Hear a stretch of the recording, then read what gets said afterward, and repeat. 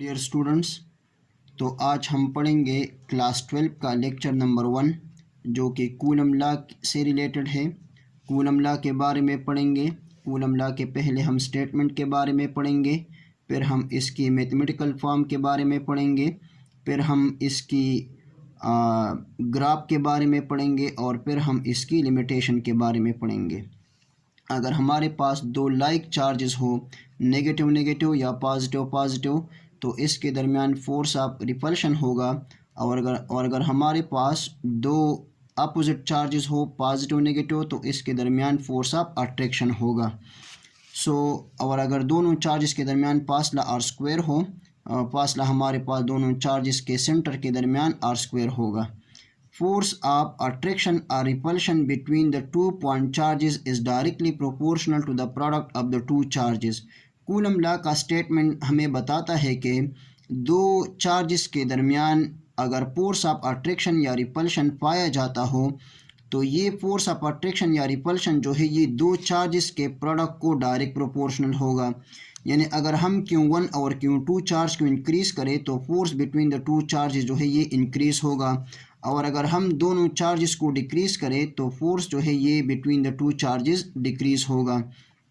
इसी तरह force of attraction और repulsion between the 2 point charges is inversely proportional to the square of the distance between their centres. यानी एक charge के centre से दूसरे चार्ज के सेंटर तक हमारे पास फासला जो है ये आर स्क्वायर के बराबर होता है। एक चार्ज के सेंटर से दूसरे चार्ज के सेंटर तक फासला हमारे पास आर स्क्वायर के बराबर होता है। ये फोर्स ऑफ अट्रैक्शन या रिपल्शन जो है ये दोनों चार्जेस के सेंटर के दरमियान फासला के आर स्क्वायर को इन्वर्स प्रोपोर्शनल होता है। मींस अगर हम चार्जेस के दरमियान फासला को इंक्रीज़ कर दें तो फोर्स जो है बिटवीन द टू चार्जेस ये डिक्रीज़ होगा, और अगर हम दोनों चार्जेस के दरमियान फासला को डिक्रीज़ कर दें force between the two charges जो है ये इंक्रीज़ होगा। इसको हमने इक्वेशन नंबर 1 नाम दिया और इसको हमने इक्वेशन नंबर 2 नाम दिया। अब हम कंबाइन करते हैं इक्वेशन नंबर 1 और 2 को। So combine equation 1 and 2 if is directly proportional to Q1 Q2 and inversely proportional to R square. इस साइन ऑफ प्रोपोर्शनलिटी को हम कन्वर्ट करते हैं इक्वल और कांस्टेंट में। कांस्टेंट हमारे पास यहाँ आया k, so f is equal to k Q1 Q2 divided by r square. इसको हमने इक्वेशन नंबर 3 नाम दिया और ये हमारे पास आया कूलम लॉ का मैथमेटिकल फॉर्म। इस इक्वेशन में k जो है ये कांस्टेंट ऑफ प्रोपोर्शनलिटी है, यानी k is the constant of proportionality, और इसकी वैल्यू हमारे पास बराबर होती है k is equal to 9 multiply 10 की पावर 9, और इसकी यूनिट बराबर होती है newton metre square divided by coulomb square के। यहाँ पर हमने इसकी यूनिट जो है फाइंड किया हुआ है। आर स्क्वायर को हम एफ के साथ मल्टीप्लाई करते हैं और Q1 Q2 को बोथ साइड में डिवाइड करते हैं। आर स्क्वायर को एफ के साथ मल्टीप्लाई करने से और Q1 Q2 को डिवाइड करने से हमारे पास यूनिट आ जाएगी फोर्स की यूनिट न्यूटन, और इसी तरह आर स्क्वायर की यूनिट मीटर स्क्वायर, और कूलम इंटू कूलम यानी कूलम स्क्वायर डिवीजन में कूलम स्क्वायर आ जाएगा, newton metre square divided by coulomb square. K की वैल्यू हमारे पास बराबर होती है 9 मल्टीप्लाई 10 के पावर 9, और इसकी यूनिट बराबर होती है newton metre square divided by coulomb square के। ये कांस्टेंट के जो है ये डिपेंड करता है मीडियम पर। K is equal to 1/4 epsilon naught, यानी के जो है ये मीडियम पर डिपेंड करता है, और यहाँ पर एप्सिलॉन नॉट जो है ये एक और कांस्टेंट है जिसको हम permittivity of the free space कहते हैं। ये permittivity of the free space जो है ये डिपेंड करता है असल में मीडियम पर। अगला वीडियो हम इसी परमिटिविटी पर इंशाल्लाह बनाएंगे कि परमिटिविटी जो है ये क्या होती है, मीडियम की परमिटिविटी क्या होती है, इसी तरह वैक्यूम की परमिटिविटी क्या होती है, रिलेटिव परमिटिविटी क्या होती है। नेक्स्ट वीडियो हम इंशाल्लाह परमिटिविटी पर बनाएंगे। पुट द वैल्यू ऑफ के इन इक्वेशन नंबर 3, यानी के जो है ये हमारे पास बराबर है 1/4 पाई एप्सिलॉन नॉट, और ये 1/4 एप्सिलॉन नॉट को हम पुट करते हैं इस इक्वेशन नंबर 3 में के की जगह। के की वैल्यू पुट करने से हमारे पास आ जाएगा F is equal to 1/4 pi epsilon naught Q1 Q2 divided by r square. यहाँ पर एप्सिलॉन नॉट जो है ये permittivity of the free space है और इसकी वैल्यू बराबर होती है 8.85 मल्टीप्लाई 10⁻⁻12 और इसकी यूनिट बराबर होती है coulomb square divided by newton metre square. यहाँ पर हमने इसकी यूनिट जो है फाइंड किया हुआ है कि coulomb square divided by newton metre square, ये एप्सिलॉन नॉट की यूनिट है। सो एप्सिलॉन नॉट जो है ये permittivity of the free space है और इसकी वैल्यू बराबर होती है 8.85 multiply 10⁻⁻12 coulomb square divided by newton metre square के।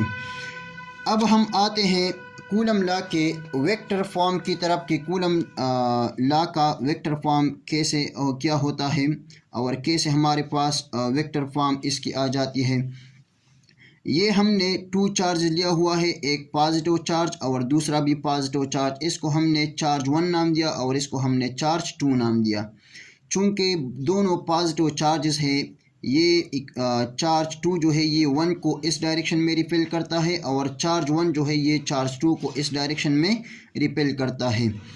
फोर्स ऑन 1 ड्यू टू 2, इसका मतलब ये है F12 का कि फोर्स जो कि 2 लगा रहा है 1 पर, ये हमारे पास आ जाएगा F12 इन means force on charge 1 due to 2, ये F12 के बराबर हुआ। और इसी तरह force on 2 due to 1 F21 जो है ये हमारे पास इस डायरेक्शन में है, मीन्स पॉइंट चार्ज 2 पर 1 जो फोर्स लगा रहा है वो इस डायरेक्शन में है, F21 के डायरेक्शन में। और F21 का मतलब है फोर्स ऑन 2 ड्यू टू 1, यानी force on charge 2 due to this charge 1, ये इस डायरेक्शन में है F21। चूँकि फोर्स जो है ये एक वेक्टर क्वांटिटी है और इसकी डायरेक्शन को हम फाइंड करते हैं, डायरेक्शन को हम यूनिट वेक्टर से फाइंड करते हैं। अब हम यूनिट वेक्टर की तरफ आते हैं कि यूनिट वेक्टर जो है ये हम F12 और F21 के लिए कैसे निकालते हैं। ये जब हम चार्ज 2 से 1 की तरफ जाते हैं ये यूनिट वेक्टर आ जाएगा F12 के लिए, और जब हम 1 चार्ज से 2 की तरफ जाएंगे ये हमारे पास आ जाएगा यूनिट वेक्टर F21 के लिए। सो जब हम 2 चार्ज से 1 की तरफ जाते हैं तो यूनिट वेक्टर हमारे पास आ जाएगा R21। ये बुक में इस तरह लिखा हुआ है R21, असल में ये हमारे पास बराबर होता है R1 minus R2 unit vector के। और F21 के लिए हमारे पास यूनिट वेक्टर आ जाएगा R12, ये बुक में इस तरह लिखा हुआ है, असल में ये हमारे पास बराबर होता है R2 माइनस R1 के, R2 minus R1 unit vector के। सो F12 के लिए यूनिट वेक्टर आ जाएगा R21 और F21 के लिए यूनिट वेक्टर आ जाएगा R12। सो कूलम लॉ को हम वेक्टर फॉर्म में इस तरह लिखते हैं, कूलम लॉ को हम वेक्टर फॉर्म में इस तरह लिखते हैं कि F12 vector is equal to K Q1 Q2 divided by R square into R21 unit vector. और F21 को हम इस तरह लिखते हैं कि K Q1 Q2 divided by R square into R12 unit vector. ये हमारे पास आया कूलम लॉ का मैथमेटिकल फॉर्म और इस तरह vector form. From Newton third law F12 is equal to minus F21, यानी चार्ज 1 जो है ये 2 पर जो फोर्स लगा रही है वो फोर्स 2 चार्ज 2 भी 1 पर उतनी ही फोर्स लगाएगी। So from Newton third law we can say that force on 1 due to 2 ये बराबर होगा फोर्स ऑन 2 ड्यू टू 1 के।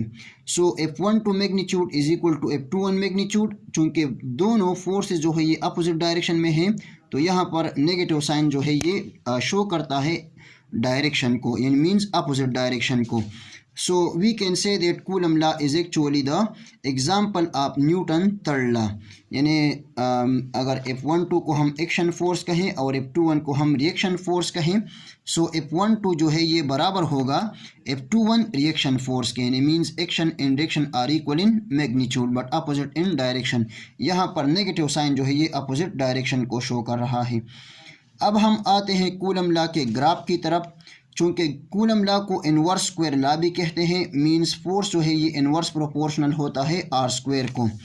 अगर ये हम एक्स वाई प्लेन ले लें और एक्स वाई प्लेन में हम अगर वाई को एफ पर रिप्रेजेंट करें और एक्स को आर स्क्वायर पर, अब अगर हम distance between the two charges को अगर हम इंक्रीज़ कर दें, distance between the two charges अगर हम इंक्रीज़ कर दें, force between the two charges जो है ये डिक्रीज़ होगा। मींस अगर हम डिस्टेंस को 2 टाइम्स इंक्रीज़ कर दें तो 2r को इक्वेशन नंबर 3 में पुट करने से हमारे पास आ जाएगा F is equal to K Q1 Q2 divide by 2r whole square. Equation number 3 में हमारे पास ऐसा है कि F is equal to K Q1 Q2 divide by r square, चूँकि यहाँ पर r जो है ये 2r के बराबर है, सो हम यहाँ पर r की जगह 2r को पुट करेंगे और इसके ऊपर स्क्वायर आ जाएगा।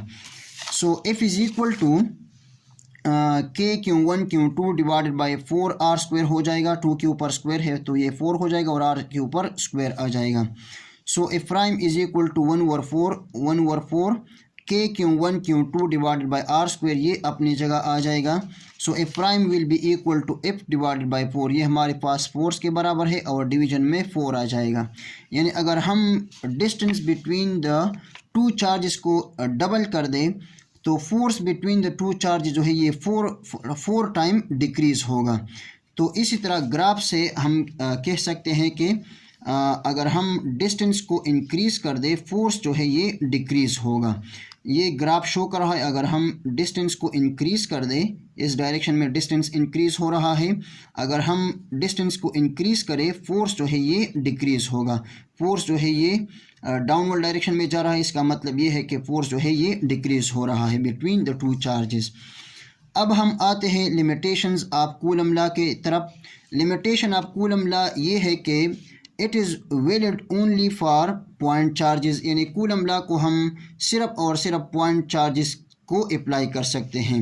It do not valid for extended charges. Extended charges जो है ये कंटिन्यूस चार्जेस को भी कहते हैं, कंटिन्यूस चार्जेस पर हम ये अप्लाई नहीं कर सकते। कूलम लॉ को हम extended charges means continuous charges पर अप्लाई नहीं कर सकते। कंटिन्यूस चार्जेस के लिए हमारे पास एक और लॉ है जिसे हम गाज़िस लॉ कहते हैं, इसके लिए हम गाज़िस लॉ को पढ़ेंगे। कूलम लॉ जो है ये वैलिड है when both charges are at rest, यानी दोनों चार्जेस जब रेस्ट में हों तो कूलम लॉ को हम अप्लाई कर सकते हैं। या one charge is at rest and other charge is in motion, यानी जब एक चार्ज रेस्ट में हो और दूसरा चार्ज मोशन में हो फिर भी हम कूलम लॉ को अप्लाई कर सकते हैं।